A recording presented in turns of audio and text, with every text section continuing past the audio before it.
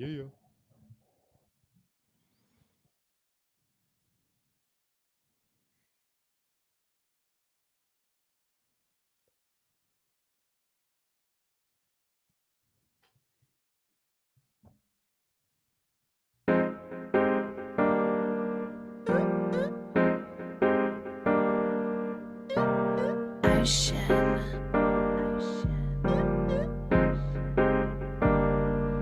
I feel like a locomotive sipping, drinking Arizona. Mixtape just around the corner. Did a lot in California. Can't wait to drop this on you. Yeah, they gon' have fun with that. Smash like Songam and my songs gon' break through like a running back. Good evening and welcome back to the podcast that is always up to speed with Formula One. It is Sunday, March 26, 2023. Mark Daly and Mark Hamilton here to idly pass time and chit-chat about all things Formula One and then some. Hopefully, and then some is a thing. But I saw the outline, Hammy. You put a bunch of stuff in there besides Formula One, so looking forward to jumping into this one. But first off, how's your weekend been? A non-Formula One weekend. But I guess we're going to kind of have to get used to this because after Australia, we're going to be having to fill a lot of empty weekends in between, right? Well, first and foremost, happy Nike Air Max Day. It is March 26th. It's a holiday, an event I've never heard of, despite being a so-called sneakerhead. But apparently today is the day that Nike Max Air or Nike Air Max fans celebrate, and Nike releases new drops. And I guess it marks the anniversary of the first Nike Air Max shoe in March 26th of 1987. Now, this is related to F1, and when we get into the stories a little bit later, I'll explain how. But I thought it was the perfect time to tee this up. But my weekend was good. Watched a lot of MotoGP, and we'll talk a little bit about that when we get to MotoGP Corner. But we had enough stories that we thought we could throw an extra episode in here. And, you know, it's that old expression that while the shark is hot, the swimming is good. I'm not sure of the expression, but there's a lot of focus and attention on F1 right now. And it made sense to do an extra podcast this week. My friend, I know you've had a crazy weekend. How are you doing? Good, thank you. Just I'm looking forward to the next couple of months. Like as we were talking about off air, like it's going to be personally very busy my schedule, but I can see things opening up in about 2.5 months. So it's going to be a bit of a grind between now and then. And certainly, although this, the summer break that isn't really a summer break when it happens in April for Formula One, but still is a break early in the season because China got canceled, doesn't mean that we're not going to do shows, but at least I feel like there'll be like a little bit less pressure because it sort of takes a little bit off of us, like, you know, having to prep for all the races and things like that. I mean, that doesn't mean I'm not going to miss it, but we'll have to punch things up on the fly, so to speak. But yeah, looking forward to I just like doing these shows. You know, I feel like the vibe is a little bit more chill. It's a little bit more laid back compared to say like a normal Sunday after a race where we kind of dissect and go through every single thing that happened from the formation lap all the way around to the checkered flag. So this is kind of cool. Looking forward to doing this. So first of all, I know you're dying to give a fantasy update. You know, I'm surprised after this year, after they opened up entry, like the entries so late, that we still managed to get 900 entrants into our F1 league. I mean, that's not even half of what we had last week or last year, but considering the compressed time frame, you know, I'm pretty happy that we got 900 people to sign up. And a big shout out to Teese, who has supplied us with the grand prize, an autographed Max Verstappen half scale helmet. And you got to go check out Teese. You got to go check out his website, show him some love. He's been extremely generous to furnish us with a prize for this community. Check him out at racingexclusives.com. It's awesome. And I know Teese is going to shortly be taking a lot of my money. So there's that. Just don't tell my wife. I love the preamble, by the way. It actually gave me enough time to get the F1 fantasy site open. It's been a little bit more reliable this year than last, but I agree. We didn't don't say that. They I will know, come back. Karma will knock get on us. carbon fiber. Knock on carbon right. fiber. But yeah, I agree that last year, and maybe we didn't, but it felt like we had weeks of runway to get people into the pool. But yeah, Yep. time we had basically days instead of weeks, and to get 900 people was fantastic. And of those 900 people, just quickly running through a couple that are currently leading the pack. Friend of the show, longtime listener, Bengals Bub is currently number one, followed by Audi F1 team, Aston Gives You Wings, Charles CL, Free Ukraine, Green Bull Romeo, Mikey Bears, Jesse H, The Bad Guy One, Long Ships, Fire Ferrets, Nathan's Team, Jeff Payne, Mr. Saucy Nug, Radio Check, Je m'appelle Yuki Merci, The Bad Guy Bye Bye, Roberto F1, Brooklyn Scuderia, who I think might be friend of the show, Seth, I think. And then finally, the Albon Knights. So some really, really great news stories there for folks. And again, if you feel disenchanted, if you feel like you haven't made a big impact in the pool yet, don't give up. Make sure you lock in your team every single week. There are still Mhm. 21 races left to go. And like you said, that prize from Tease is just unbelievable. A signed 1/2 scale Max Verstappen golden helmet. It is fire. Plus, he's also furnished us with the Yep. prize for next year, but we won't give that away until the following off season. But yeah, super, super excited. And I'm currently Plus, sitting 160. I was Please. just gonna say, plus the helmet comes with the COA, so you know that what we're giving you is legit. So this is Yeah. the real deal. So Max Verstappen fans, well, I mean, anybody would be like, I know Max could be a polarizing figure, but love him or hate him, that would be, a prize to go in anybody's, Formula One collection. I was just going to say that, the way that I jumped up through the order, I was like five something. I moved up to like about 100 and something spot. Not bad, Even man. changed my Not team. bad. Yeah, after two races, but I've made some changes. Like I said on Thursday, I'm not going to throw shade at Lando, but I'm just not seeing very much, not very many positive things happening at the MTC. So decided to dump Lando for now. I'm keeping my team a little bit secret because if I've stumbled onto the winning formula, which full disclosure I haven't, I'm going to try because I'm going to try, even though I can't claim that the helmet, I got bragging rights here. I want to at least give the impression I'm trying to do. But I was going to ask you, do we know who Green Bull Romeo is? Because I love that name, because I feel there's a lot to unpack with that name, Green Bull Romeo. There's a lot going on there. Anyways, we could come back to that another time. Another thing, just we want to show shout out to another one of our partners, the Race Weekend magazine. Magnus and his crew do an outstanding job. We love what they're producing. This, it's not even a magazine. I mean, it's this basically a soft cover coffee table book is the best way Yes. Yes. that I could Perfect describe it. description. And this is a must have as well. We both love it. We both subscribe. So go check it out, theraceweekend.com. And Race Weekend is RACEWKND.com. Enter in our promo code Scuderia Pod at checkout. You'll get 10% off, and that just sweetens the deal. And plus, we get a little bit of a commission back, which we are throwback into the show. And as Hammy told you guys the other day, we've commissioned an amazing artist to help us with our rebrand and get some very, very nice looking, was what you called assets. For me, I'm just, I look at things, I'm just like, wow, that's awesome. So that's that you're directly helping us, if you go in on that. So and then of course the other way that if you want to support the show, and this is easy, it doesn't cost anything except maybe 30 seconds of your time, head on over to Apple Podcasts, Spotify, wherever, leave us a 5-star rating and review. Helps keep the show relevant and visible for others. And we love talking about Formula One, and we love talking about it with you guys in the community that's grown up around this podcast. That's why we do it each and every week. So, Hammy, anything else to add, or should we jump into what we've got lined up, what we've got teed up for tonight?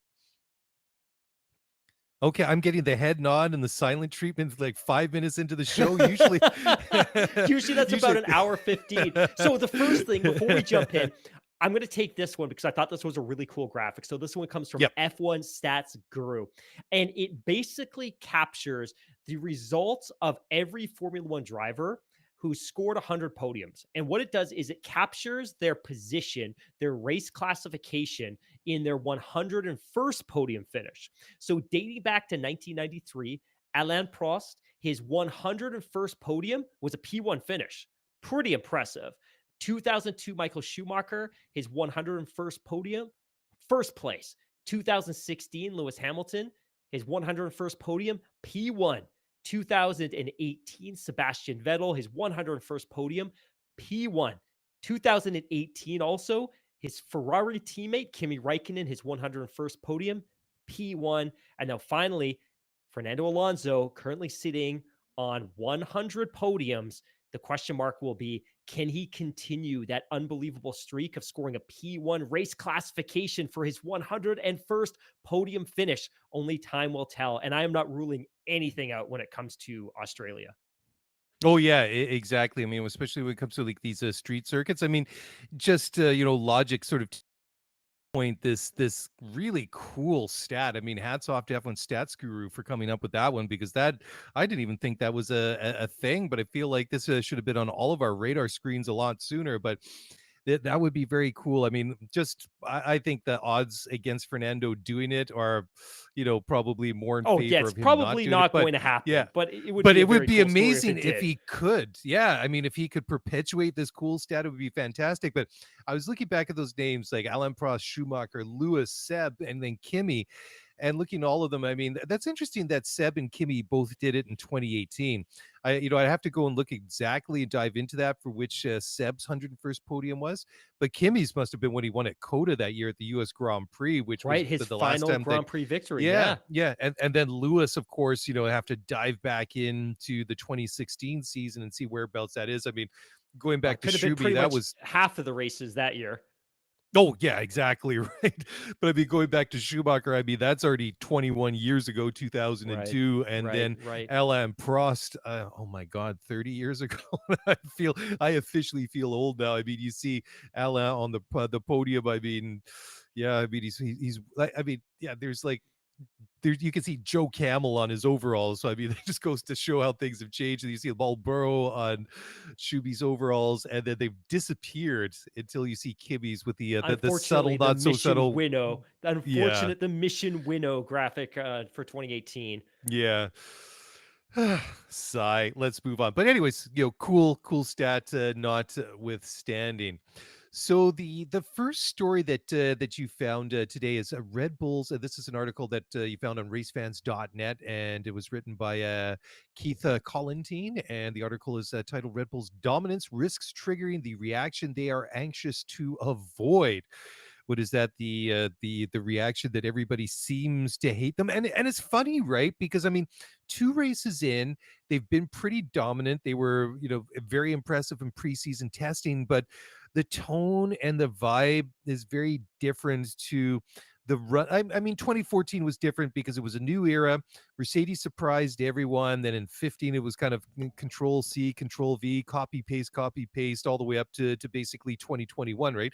And I mean, of course, the teens were interspersed with wins from like Red Bull and Ferrari and nobody else, but it was a lot of Mercedes dominance. But it's interesting now that we're 2 races into 2023, and it's funny because it's I don't know. It seems like a little bit of a different vibe. But why don't you take it from here, Mark? I'm No, I'm I anxious think to hear your you tone. did a Your great job of setting up this conversation. And I don't think it's too early because, like you said, we're 2 races into a 23 race championship. And I think the concern here is that Liberty and the FIA and the teams and the sacrifices and the compromises that many of them made, we're hoping that by this point in 2023, we would have a much more competitive championship. And of course, I guess it would be late 2016, early 2017. Liberty takes over Formula One, and they don't have a relationship with the teams, and they don't have a relationship with Liberty.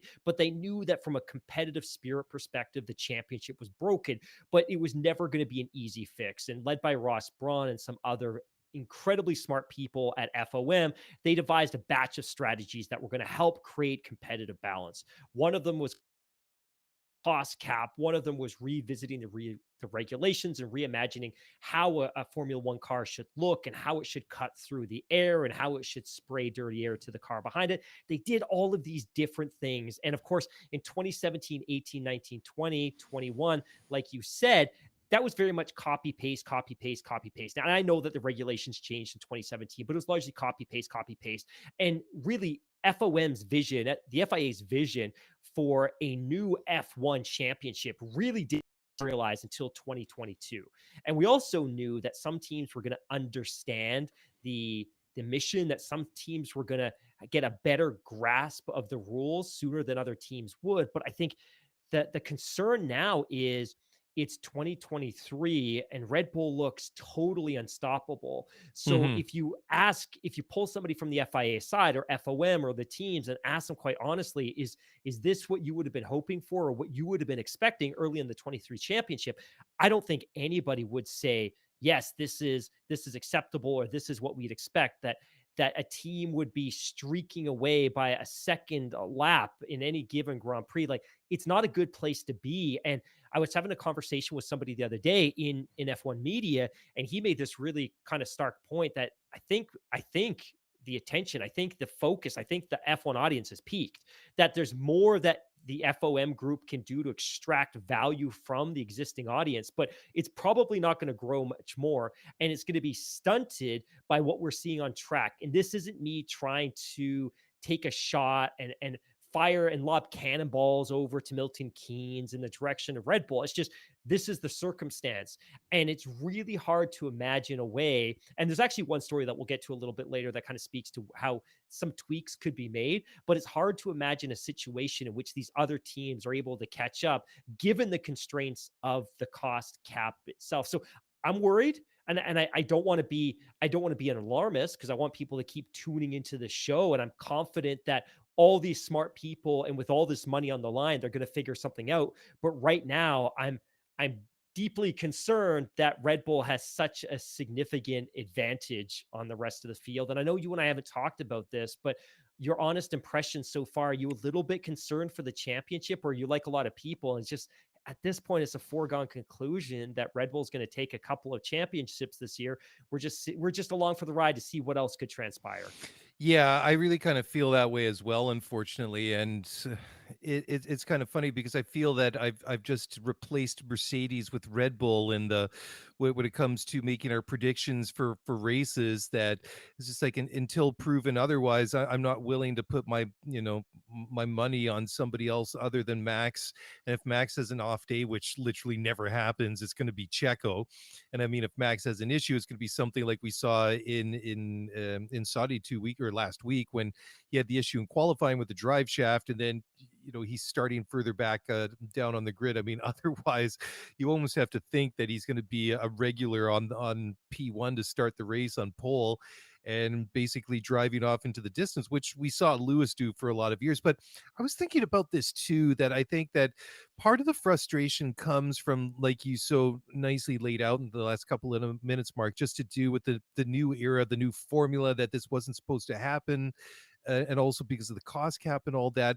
But I think that part of the vocalization of I don't know, frustration, disappointment. I think it comes from the fact too that when you compare Mercedes and Red Bull, one on one, and take all the different championships away from each other, just compare them as a team and the public facing side of the team. Mercedes is infinitely more than Red Bull. Toto is much more likable and more personable than Christian Horner. I mean, Christian has like a real edgy bit to the part to him, right? I think that Toto even says in DTS he's like a Jack Russell Terrier. And then you look at even like Nicky Lauda, very likable. Lewis, guy who transcends the sport, for so many reasons. And Max, we've talked about Max and the way that he presents in public. He can be quite blunt and quite brusque and things like that. And I think that's part of it too, is that people don't like Red Bull, especially the neutral fans, I think don't like Red Bull compared to Mercedes. So I think that's part of it too. I think it's a perception thing. So that's just an observation. And I know that how a team presents on the PR side doesn't really have, it's kind of separate from what happens on the track. But that's what I think. I think part of it is that, compared one on one, people in general are more like they're willing to take it more from Mercedes than they are from Red Bull, because Mercedes the good guys and Red Bull not so much the good guys. You know what I mean? Or am I off base here? What do you No, think? no, no, no, no. I totally get where you're going with that. And I think we have to be careful because you don't want to come across as unbiased in this Yeah. particular way. But I hear what you're saying. And it's interesting because over the weekend, there was a quote from Christian Horner where he complained that one of the reasons why Red Bull is less likable despite being a British team is because they Mhm. don't have a British driver. I'm just like, that's honestly not the case, man. It's just that, and I'm sitting here and I don't have a dog in the race, man. Like at the end of the day, I want what's good for this show. And what's good Yep. for this show is close competitive racing, regardless of who it is that's climbed to the top of that podium every weekend.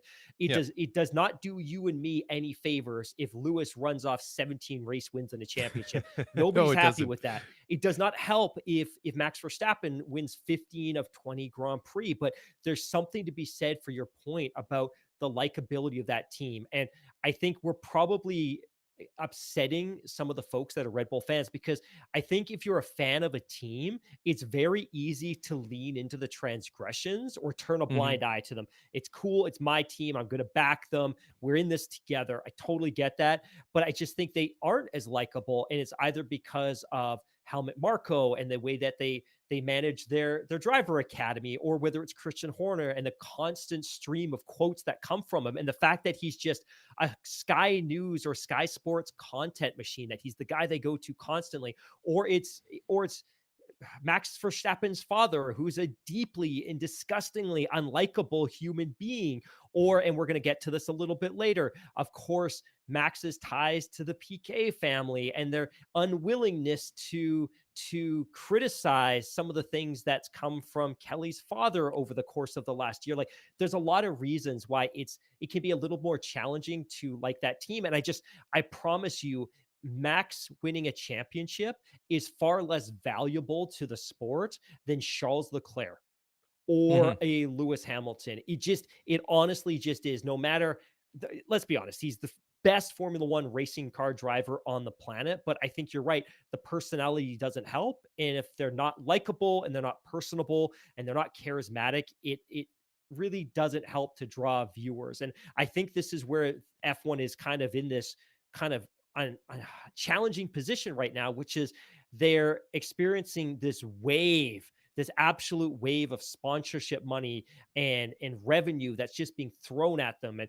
we're going to talk a little bit later today or next Thursday about the fact that they're going to start selling general admission tickets to the Las Vegas Grand Prix with no view of the racetrack at all, starting at like $500. Like that's just where we are. But I don't think Yeah. this is sustainable when people get over that FOMO element, that it's cool, it's a Yep. Yep. neat personality trait to have to like F1. And when they start focusing on the racing and the racing is not good, you risk losing that audience. And again, I'm not taking anything away from Red Bull. I think they're fantastic. They've got all the resources, all the infrastructure. They built it from scratch back in the mid 2000s. They're just not the most likable team. And I just don't think that's super helpful when it comes to building a long term sustainable audience. Yeah, and I just want to add a little bit of color to that too. I'm in no means being critical that about Christian Horner and Max. I mean, I think that Christian, what he's done with that team, and that he stuck with this team for as long as he has, and what they've done is phenomenal. He's the And right what they person, continue to and do. what they Look at Red Bull continue to do. powertrains. Exactly, he is the right person for that job, no question about it.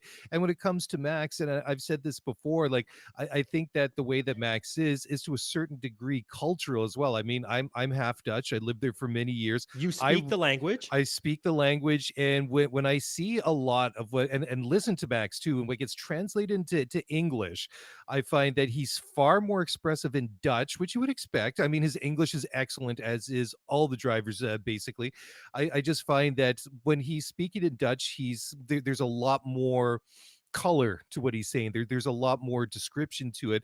And even though he speaks very good with a very minimal accent, and he's very easily understood, I find that he's not quite as descriptive in English. Interesting. Yeah, Interesting. but just the personality, I recognize that, and I've seen it a lot in the part of Holland Twente where my family comes from, and the people. So there's that to take into account as well. And again, I don't want to take away anything from Max. I think he's a phenomenal race driver. He's a hard guy to race against. I mean, he doesn't give an inch, and it's just kind of like it's like the perfect marriage. He's the right guy to put in that car. Christian's the right guy to lead the team, and I think too, Christian, like he's I think he speaks his mind, and I think he wears his heart on his sleeve a little bit more, and he goes to bat for his team, which is what you want your principal to do. Where Toto, that, not to say that he doesn't, but he's much more polished, I think, than Christian Horner is, especially in the media, and even on like Drive to Survive. Like, I would say it's manicured, but I think Toto is very, very aware. Maybe that's just the way that he is naturally as a person, but I think that in the back of his mind, for one reason or another, I think that Toto's very aware that of how he presents and what it is. And I just think that he comes across as very suave, very intelligent, very sophisticated.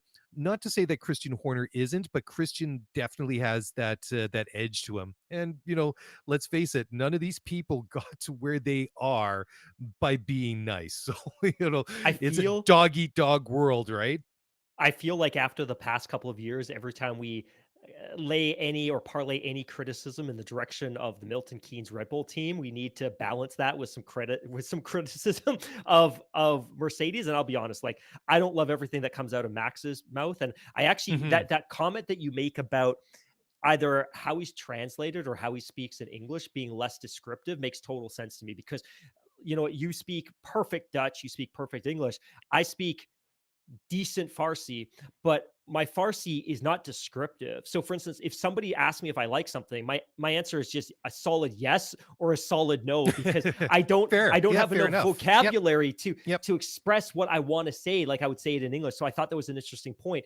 But I think the other consideration to all of this, and maybe this is a good pivot, because there's a really great story that came out, and this is a story later in the outline for Mr. Daly. But Jonathan Noble wrote a really great article in motorsport.com a couple of days ago that said F1 ready, or is titled F1 ready for talks to revise cost cap rules. So you and I sit here, I think we both agree the championship isn't where it should be or where it needs to be from a competitive balance perspective. So I guess the question is, and it's one thing for us to complain about it, but maybe we should balance that with some recommendations on how they can fix it. Now, in this article Hmm. from Jonathan Noble, he makes a really, really great point about the fact that despite the fact that there is now a cost cap, and the entire purpose of the cost cap was to limit the spending of the bigger teams in the hope that you bring the smaller teams closer to the bigger teams. But he writes, and I quote, one of the issues that has gained tractions in recent months is the fact that teams are strictly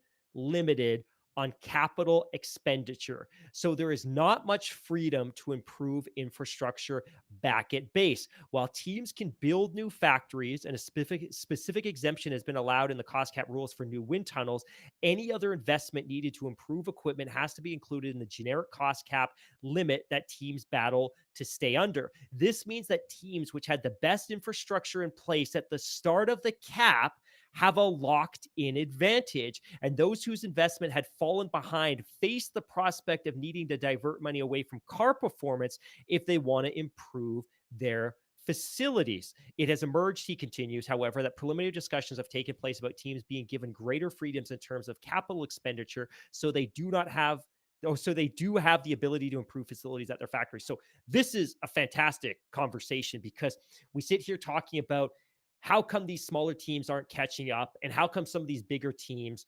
specifically Red Bull, are running away.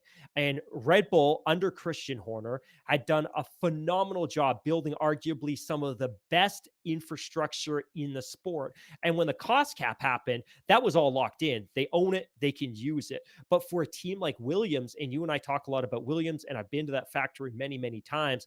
That factory was great 23 years ago. It is a dated, sorted mess now. Great But point. one of the considerations now is, if I'm Williams and they've got a new team principal, I come in and I look around, and the factory is terrible and it's in desperate need of an investment. But every dollar I put into a capital expenditure is a dollar I take away from developing the current car. So they have to make a really, really difficult decision. And what Jonathan Noble speaks to is that there's a willingness amongst the teams to start introducing an exception that would allow smaller teams in particular to start investing in capital infrastructure improvements without impacting the cap in a way that would take away from development of the present car. Because right now, if I'm Williams and I want to invest in my factory, well, I'm writing off this year's car. That $20 million investment in the factory, that's 15% of my budget gone just to get some infrastructure that Red Bull, Mercedes, and Ferrari already have. So it is a very, very cool story. So I think that's one way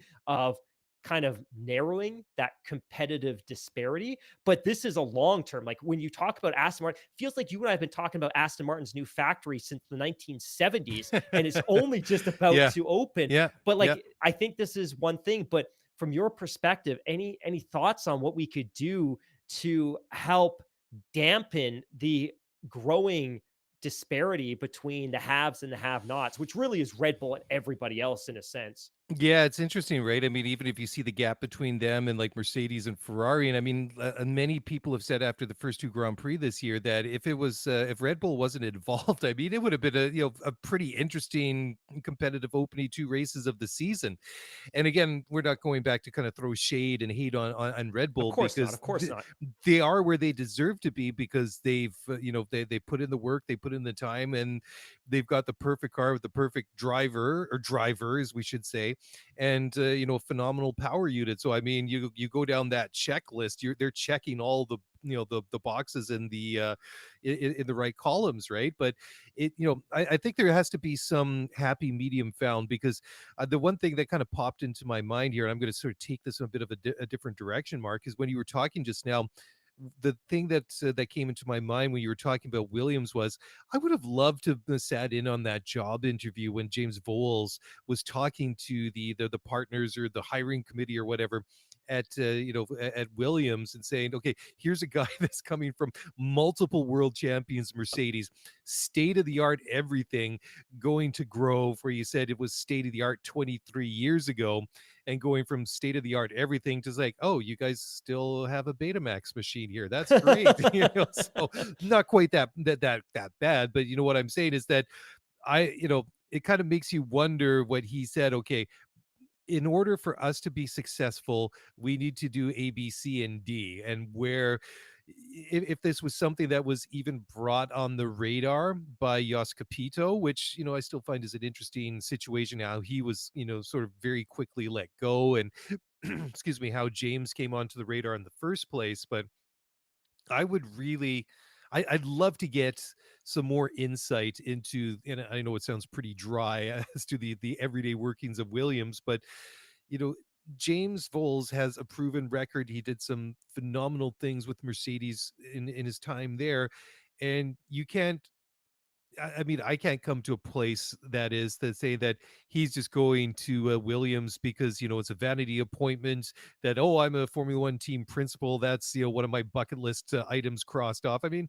no, I mean all these people in Formula One are extremely motivated to win and to do well. And I mean, obviously, he knows that this is going to be a massive job, but I'd be interested to hear what someone like James Voles would think would be important. But I think somewhere they have to kind of maybe loosen off those strings a little bit. Like you say, allow the smaller teams be able to invest more money in capital expenditures to improve, their But facilities. again, that's long term, right? So if you Yeah. continue reading through this motorsport.com article, Jonathan Noble states for a rule change to go through for 2024, it would require six of the current teams to back it. And I don't think that's an improbability, but it means the rule doesn't actually apply till 2024, so they can't actually start building that new infrastructure in 2024, which means it doesn't get ready. It's not ready for use until 25 or 26. Like these are kind of the more long term plays. The other thing, and I'm certainly not advocating for this, but we've seen it. We saw it at the end of 20, which was obviously hugely detrimental to Mercedes and hugely beneficial to Red Bull. But there were small regulation changes at the end of 20 that impacted Mercedes in a pretty significant way and enabled Red Bull to be much more competitive versus the Mercedes that year and enabled them to win at least one of the two championships. But again, one of the things that the FIA can do as well, and like I said, I'm not advocating for this, is you start tailoring regulations to restrict the advantage or to dampen the advantage of the top performing team. And obviously you can look at some of the things Sandbagging. that they're doing. Yeah, Sandbagging. you start looking at some of those things that they're doing from Yeah. an aerodynamic perspective, and you start regulating those things out of the sport, because if it's an outward honest advantage and it's not good for the sport, like you can start to see those things happen. And I think at some point this season you'll probably hear team principals from other teams starting to advocate for that kind of thing. And again, I don't love it because I'm a big fan of the purity of the technical regulations, and if a team's Me developed too. a car that meets the spirit of the technical regulations, they shouldn't be punished for that. I mean, it's one thing if you get the teams together and say, yes, we want to make this change for next year, but I don't like an on the fly technical directive that's targeted at one specific team because they've developed too much of a benefit. But I think we've probably beaten this topic to death. We're probably overdue for a break. Yeah, so let's take a quick break. We'll come back on the flip side and a lot of things to discuss. So we'll do that in just a moment. So don't go away. We'll be right back.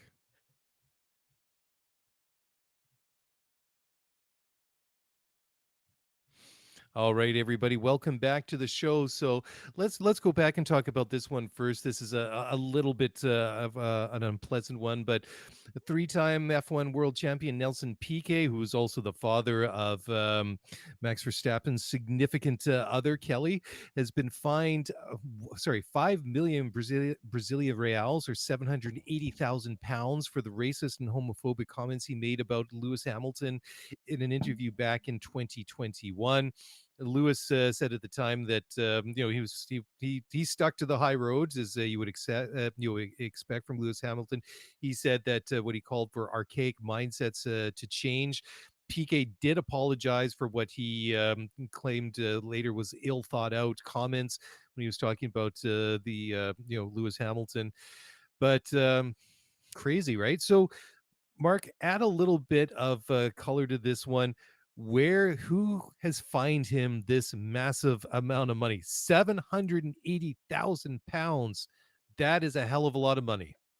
According to the BBC, the charges against Piquet were brought by 4 human rights groups, including Brazil's National LGBT Plus Alliance, who had wanted Piquet to pay 10 million Brazilian reals for alleged moral damages. And of course, all of this stems back to a podcast, a Brazilian podcast appearance that Nelson Piquet had made, I feel like it was probably early last year, or maybe the comments surfaced last year and the interview was the year before. But regardless, he had made some outlandishly inappropriate, racist and homophobic comments that were clearly directed to Lewis Hamilton at the time. He dismissed them out of hand, and only after intense media pressure did he start to recognize that what he said was wholly and entirely and incomprehensibly inappropriate. Of course, at the time, Kelly was questioned about this and was obviously not one to necessarily take ownership of the comments or condemn her father. And of course, Max was also questioned about this, and it wasn't open to condemning Nelson Piquet either. I would be very curious now that a court has awarded damages in Brazil.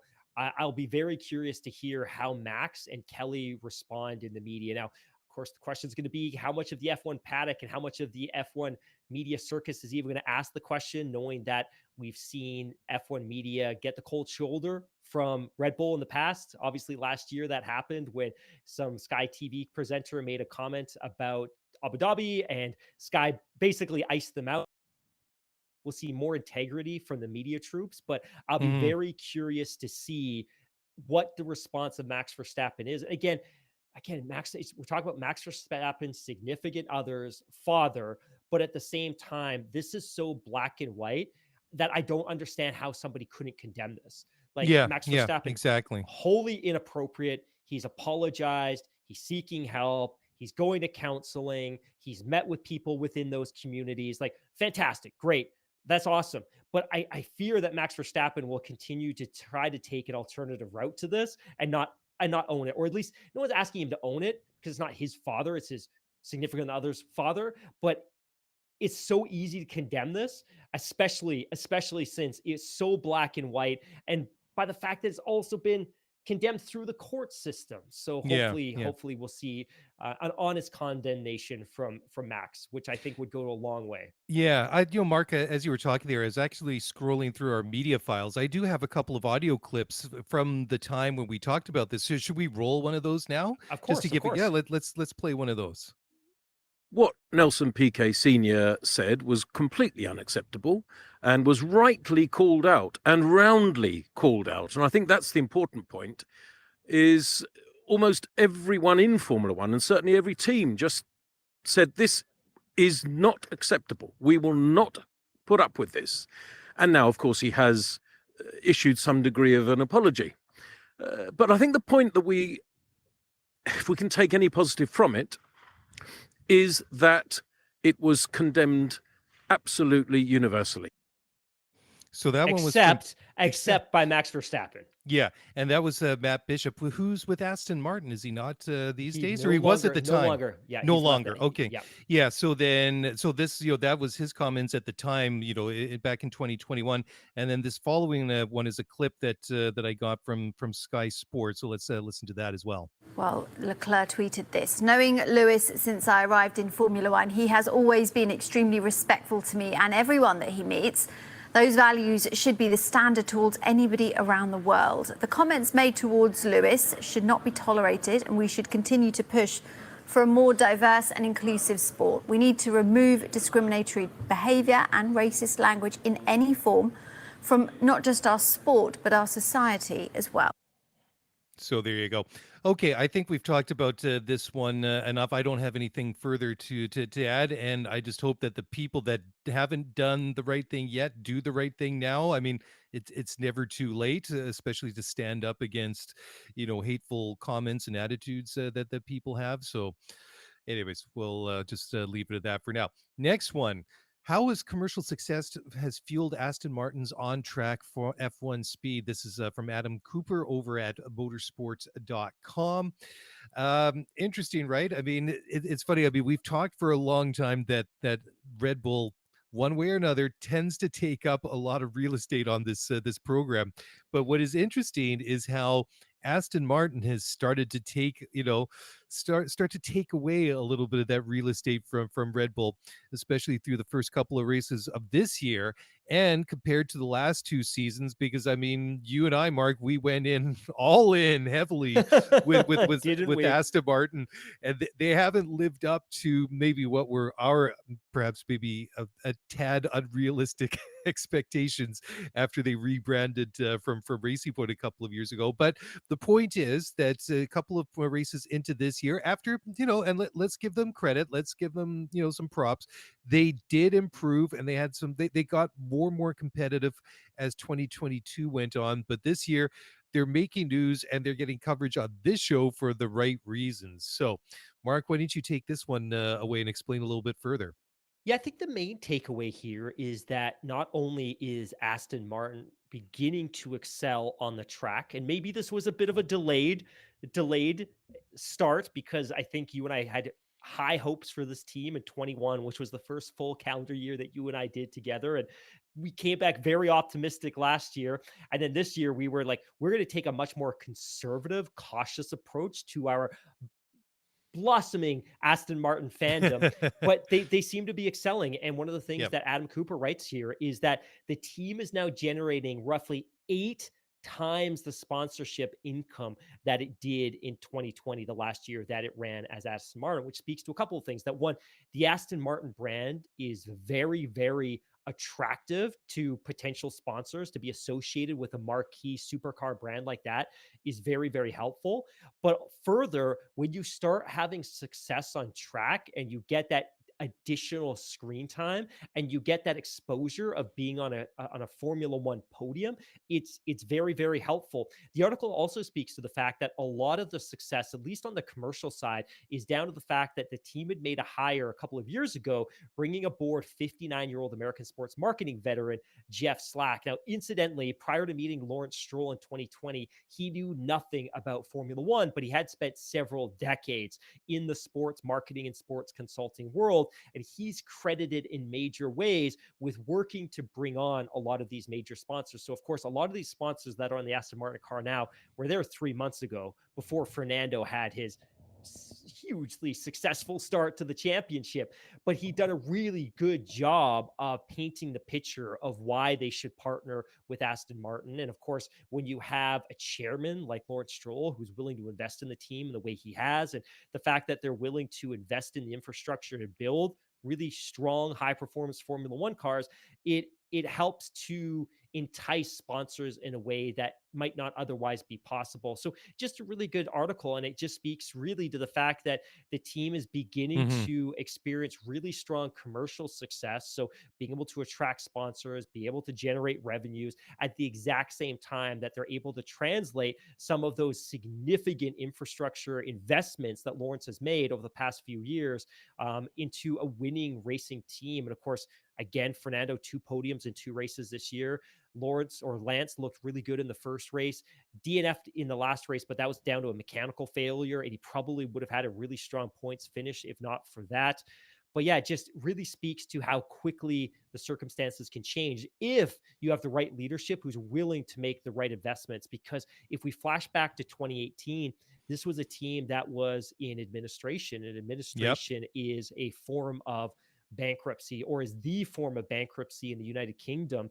And Lawrence Stroll at the time was able to successfully negotiate a buyout of the team with the promise that he would keep the jobs, and furthermore, that he would continue to invest in the company. He's done exactly that. They raced as Racing Point for 2 years, which was an intentionally vague and very vague, and I'm trying to think, identity-less team as lined up all the properties, the intellectual property to become Aston Martin. And of course, he's also been investing in the road car side of the Aston Martin brand. So just great news all around. Great news all around for Aston Martin.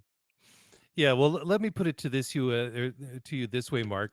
If you were working for that, for that business, be it either the road car division or the Formula One team, and you've been put in that position, either, directly by Lawrence Stroll or pretty close, or he had some sort of, oversight in your appointment. Would you really want to have that conversation with Lawrence that you're not getting you're not getting the job done? Because I just don't get the impression that Lawrence, has very much latitude for the people that aren't delivering. And of course, it's taken a while, which you would expect. I mean, they've put invested the money, and it's taken a bit of time to get there. And certainly, it took they made the bold choice to change tack, and halfway through the season last year, and the car that finished the year was radically different than the car that they started the season with. But the point is, slowly but surely, we're seeing the fruits of that labor. We're seeing this all come to fruition now, that it's taken the time, but the investments have been made, and things have been allowed to, they've needed time to grow. So we're seeing the results of that. And I'm finally feeling, my enthusiasm that I have for this team is starting to match up with the reality that we've seen from Aston Martin. And I know that 2 races is not a great sample size to choose from. It's only 2, it's not even back-to-back weekends, but close enough. I mean, it's 2 races at the beginning of the year, but I mean, they've been solid. I mean, Lance's DNF was unfortunate, but I mean, what we'd seen in qualifying for both Bahrain and Saudi Arabia, and in the races themselves, I mean, they look good. So that was just, there's now, of course, a bit of a question mark around reliability. But again, we're 2 races into the season, but in general, I'm feeling more positive and excited about this team. I debated about whether I should put this on the outline or not, but the British press, I shouldn't say the British press.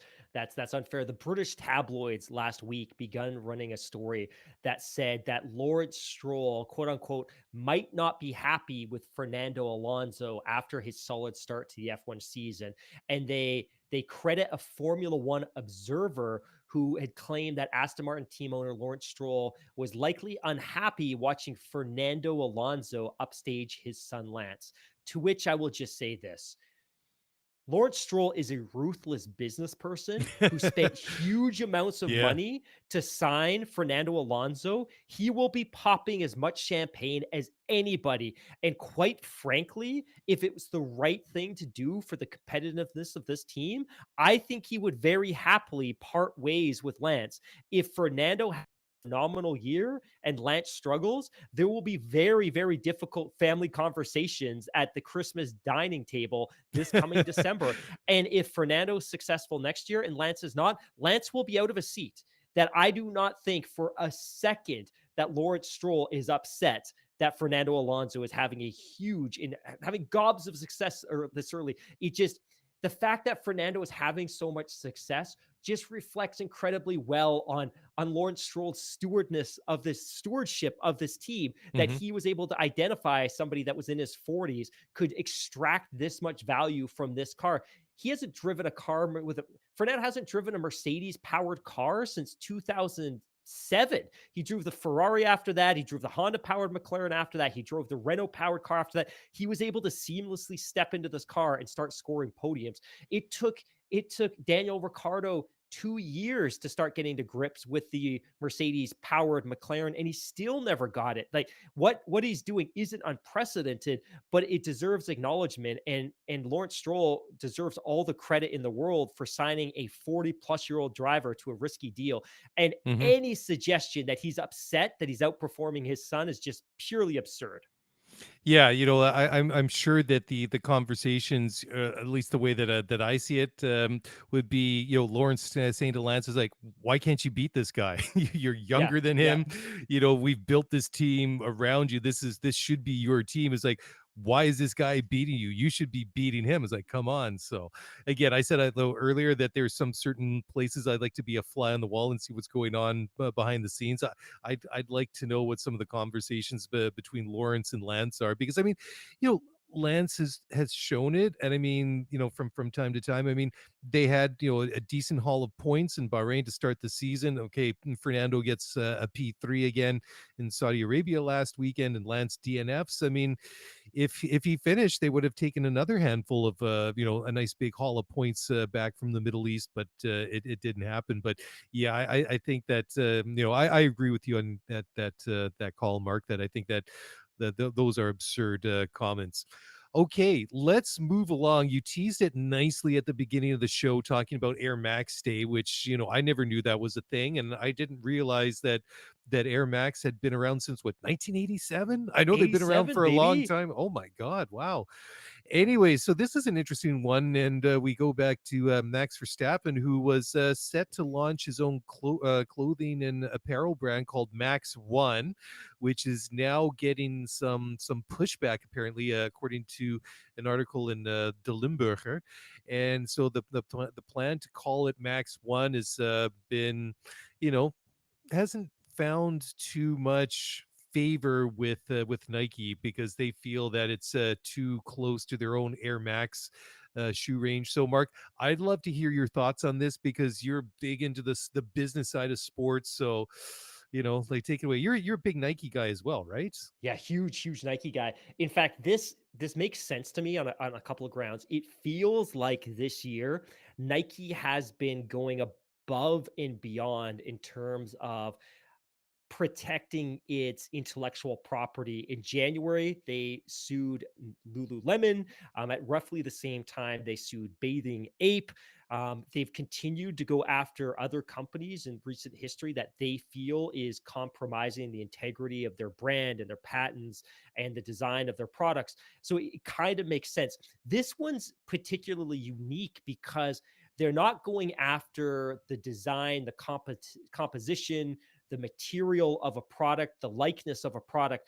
They're going after the line purely based on the name. And the name, like you said, is going to be Max One. That will be the brand name of the apparel, presumably performance apparel, although I'm sure there'll be some casual wear in there as well. But the plan, according to planetf1.com, the plan was to call it Max One, which Nike is taking significant exception to because they believe it steps on the toes, pun intended, of their Air Max shoe range. And there's some interesting quotes here. The report states both signs, and this is from the legal case, both signs contain the word Max, albeit in a different place. In the trademarks invoked, the elements Air and Max have equal weight in the overall impression. In the contested sign, the emphasis is on the word Max. The number one will be regarded as a specification of Max. To that extent, the signs agree. The goods in question, Nike and Max, are partly identical and partly similar visually and orally. There's a certain degree of similarity between the signs. So I won't read any farther, but ultimately it's very clear that Nike's upset about this, that they are possibly going to contest this in court, and they will push very, very hard to protect the integrity of their brand. So it's unfortunate for Max, who of course had hoped to launch his own brand of clothing, as so many different drivers do. But if he does, he might have to adopt a different brand name.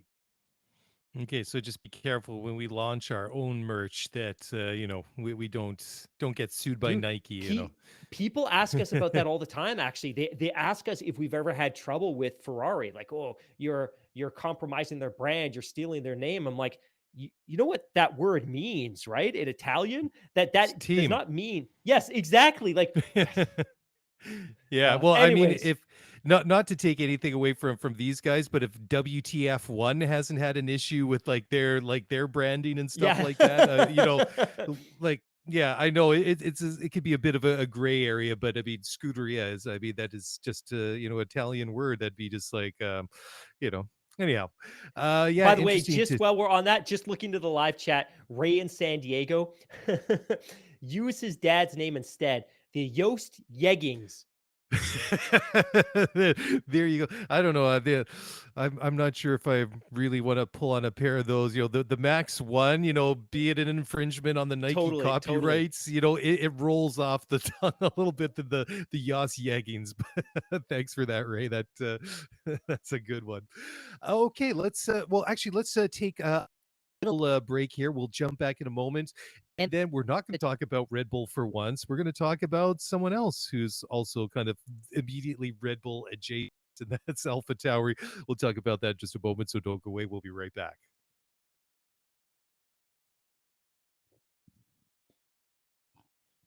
All right, welcome back. So the next one up on the slate here comes to us via the racingnews365.com, and this is an article by Jake Nickel and Don Daniels, and the title of this one is Marco hints at possible Alpha Tauri change.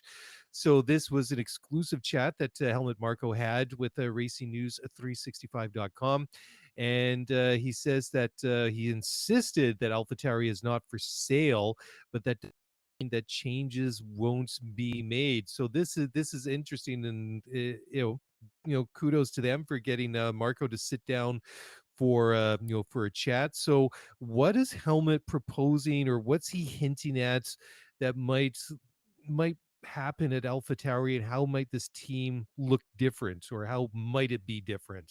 It's a story that you and I talked about a few weeks ago, that obviously there have been some pretty significant changes at the very top of the, I don't want to say pyramid because that infers shady business dealings, but there have been some not insignificant changes to the executive leadership at Red Bull. And I think one of the things that the Red Bull Formula One team were asked to look at was what they want to do, or what should be done with the Alpha Tauri Formula One team. And of course, this is, for all intents and purposes, and you've heard me talk about it before, this is Red Bull's B team that is on the grid for no other reason than to support in a number of different ways their sister team. But some of the considerations were, of course, selling the team, which got me very excited when we talked about that a couple of weeks ago. And I think we even titled the podcast episode after that.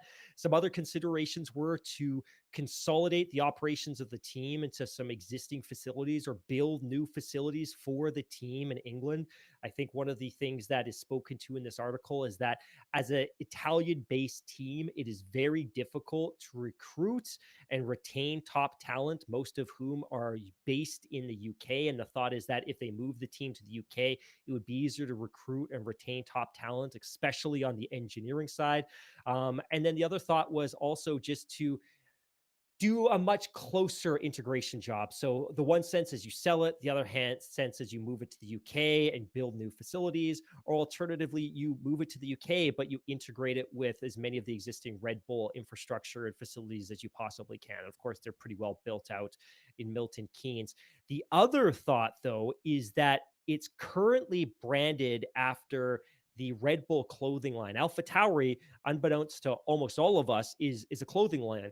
But as Helmut Marko says in this article, that clothing line is only available in 3 or 4 countries anywhere in the world. So to use the Formula One team as a marketing vehicle for a clothing line that virtually nobody on the planet can buy seems a little bit odd. So while they might consider selling the team, I think they've ruled that out because, as Helmut Marko says, we need it, which I think is total BS. Like, you need it as much as any other team. No other team gets a B team. But the other consideration is obviously you sell it, which they won't do. You move the team to England or you rename it. I think there's a very strong possibility that, given the dilapidated state of their Italian facility, I feel that they will ultimately move the team to the UK and consolidate it to some degree with the existing Red Bull infrastructure. But I also think a name change is on the way. I don't think they will revert to Toro Rosso, but I think they will be very much open to naming it after a corporate partner. And it might not be this off season, but it will be for 2025 for sure. Can they go back to Minardi? They were Minardi way back in the day, right? somebody on Reddit made that comment too. Yeah, I mean, you kind of like, well, I mean, if you've been around Formula One and watching for a long time, you'll kind of get that reference. But yeah, it'd be interesting to see what that name change could be, especially if it becomes like, sort of a tie-in with a corporate partner. I wonder what those Like possibilities could be. Ford possibly, or Yeah, one of Ford's sub yeah. brands. Yeah. Well, then that kind of leads to another kind of interesting conversation, right? Like then does it become like a branding exercise, like we've talked about quite a bit over the last couple of years with Alfa Romeo, Sauber, right? And we're going to talk about Audi in a minute, so there's that becomes like a nice segue as well. So that's kind of interesting. No, my curiosity is piqued. I wish they would kind of just get on with it instead of sort of teasing us and let us know what's coming down the chute. So, talking about Audi, apparently they've that's going to be coming up at the Shanghai International Motor Show, and all they said that for people to expect quote unquote more news about their upcoming F1 project that they will announce at the Shanghai International Automobile Industry Exhibition that will take place next month. So, you know, God, I hate teasers. I'm not a patient person when it comes to that sort of stuff. So, Marco hinting about that stuff for Alpha Tauri, and then Audi hinting at these sorts of things. Gonna that's gonna bug me now. So just another one that that we'll talk about here, and then I know you got a couple of MotoGP stories to end the show off there. So we'll end the show with MotoGP Corner. So this is interesting. So Atlantic City has approved a Formula One spec track development New Jersey. So this is kind of interesting that that Atlantic City, or the mayor of Atlantic City, has officially signed off on a development project that would include a 2.4-mile Formula One spec racing circuit. Now that is, kind of surprising, but I mean, we still see these things. We were talking about just the possibility of a new track in London. What was that, like only 2 weeks ago? And it's kind of interesting that this is sort of come up. I mean, London I can see, but Atlantic City, this to me is kind of like completely come out of left field. So there's a disused airfield at Bader Park, so that's going to be completely transformed and redeveloped. It's going to be a massive project. It's $3 billion of development, include living areas, retail space, and then also apparently a Formula One specification track. So Atlantic City's Mayor Marty Small Sr. signed off on the development proposed by Deem Enterprises a couple of days ago. But here's the catch, right? If this goes ahead, the project itself is going to take anywhere from 6 to 9 or 10 years to complete. And they will apparently, and I've completely forgotten about this, but they New Jersey had originally announced to host a Formula One street race at Port Imperial from 2013, and that announcement was made in 2011, and that race was canceled. Honestly, Mark, I don't remember being made. So there's your tie-in. So yeah, I've dropped the ball on this one. Before the show, Anyways, my friend, before the show. Yeah, before I should have read the notes. Yes, exactly. No, I mean Okay. that happened before you started the podcast, not Oh, before like the that. show. I Oh, wasn't taking a shot at you on the air. I don't Oh, expect here you to you go. remember. You were being That was supportive of me, and then Yeah, I blew it you up took it and the I wrong ruined way. it. I took it the And to wrong be way. fair, Bernie was signing a contract with a new race organizer every single week. That was his shtick, Oh right? yeah. Like on Oh Monday, yeah. he's signing Yeah. a deal in India, and then he's signing a deal in Kazakhstan, and then he's in New Jersey to sign a New York race. Like he was all over the place. None of the races Oh ever yeah. happened. I mean, yeah, of course. I mean, when somebody from Atlantic City showed up. He's like, oh yeah, I'm sure they got money there, being Atlantic City. And of course, there's just all smoke and mirrors, probably more on his side, but it's just, it's just like, just By the way, pay me money. we have about 37 listeners in New Jersey, and I am probably going to alienate them all by saying this. I have no desire to ever go to Atlantic City. And even if there was an Oh F1 boy. race, I still wouldn't go to Atlantic City. I've never been, but just based on the stereotypes and what I know of that place, I have no desire to go. And a Formula One race there would not change that at all. So I just got an email from the cast of Jersey Shore, and they are not happy with Polly. you, Hamilton. You're in big trouble. So why don't we try back out of this one and let's fire up MotoGP Corner.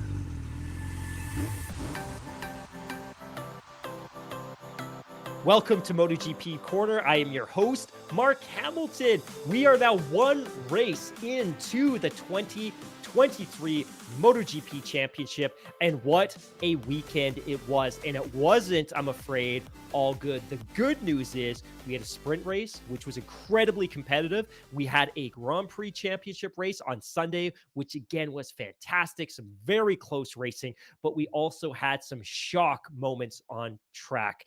In practice at T10, Paul Espargaro, the KTM rider, had a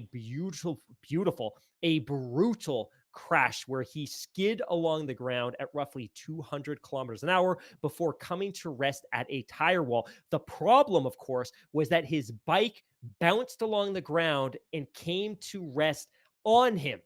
And now there is footage of this. You can see him sliding towards the wall. You can see the bike following him. You can't see the moment where the bike makes impact with him, but it's pretty obvious it does. Now, the unfortunate thing was Paul Espargaro suffered severe injuries. He has a severe spinal trauma and lung contusion, amongst other injuries. But the good news is that there's no threat of permanent spinal damage. And from a brain perspective, he's been deemed okay. So, of course, there's always fear that there's neurological damage, there's spinal damage. And while he suffered severe spinal trauma, he is going to be okay, but he will not be back to race anytime soon. Now, of course, like we've talked about before, every single MotoGP race this year will be prefaced by a sprint race on the Saturday. So we'll have qualifying, which will set the grid for both the sprint race and the Grand Prix. The sprint race is just 12 laps.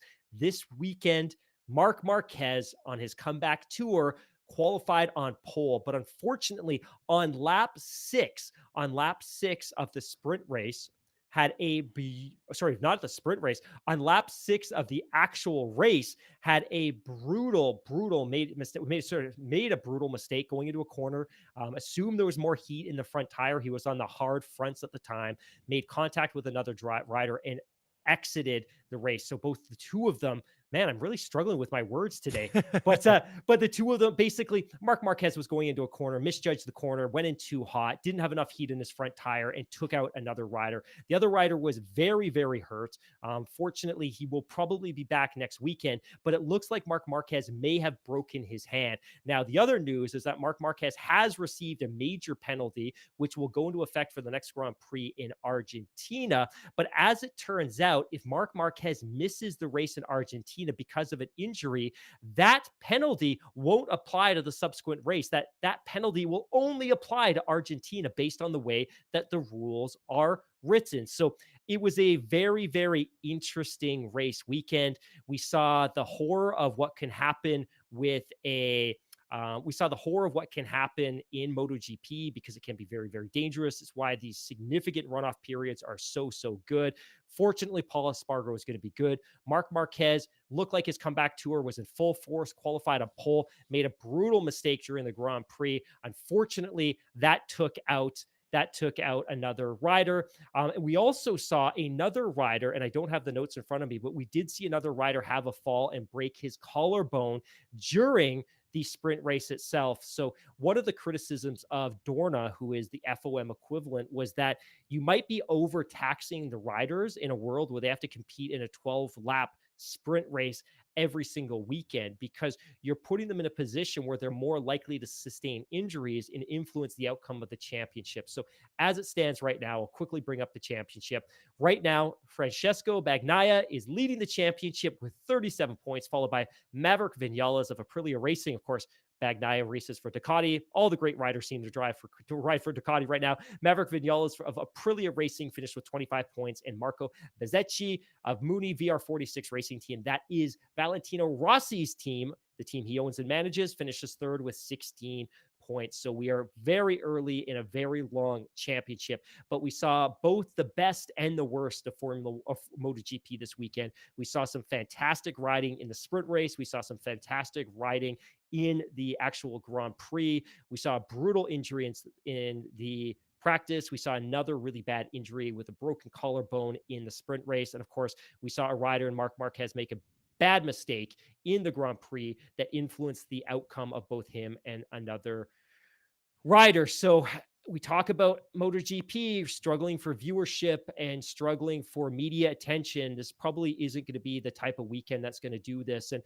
I saw a comment from the race.com reporter Simon Patterson this weekend that was speaking to the sprint race. And like, look, the sprint race is really great, but it's only going to benefit existing viewers. It's not going to attract new viewers to the sport. So MotoGP weekend, one done. Cool. Well, thanks for the update, Mark. And yeah, I did see that, the replay of Espargaro's crash there, and it was just nasty.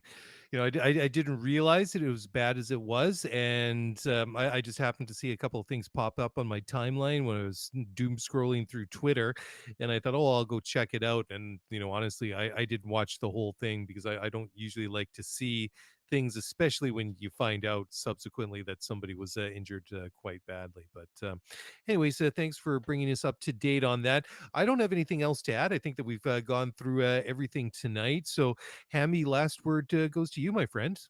If you like what we do and you listen on Spotify, we would be so honored if you could give us a rating. It's super easy. It only takes 2 seconds. As long as you've listened to one episode, you can give us a rating. And if you listen on Apple, a rating and a review would be amazing. We always read the reviews out on this show because we enjoy them and we greatly appreciate the time that you take to deliver those. Thanks so much. Thank you as well. And if you want to get in touch, send us a tweet at ScooterF1Pod. And if you want to send us an email, it's scooterF1Pod@gmail.com. Easiest and quickest way to get in touch with us. As we sign off, just want to give a shout out to Ray, Connie, and Daniel hanging out on the live stream on YouTube. Thank you guys for spending your Sunday night with us. And that's it. That's a wrap. We'll talk to you again soon. Bye for now.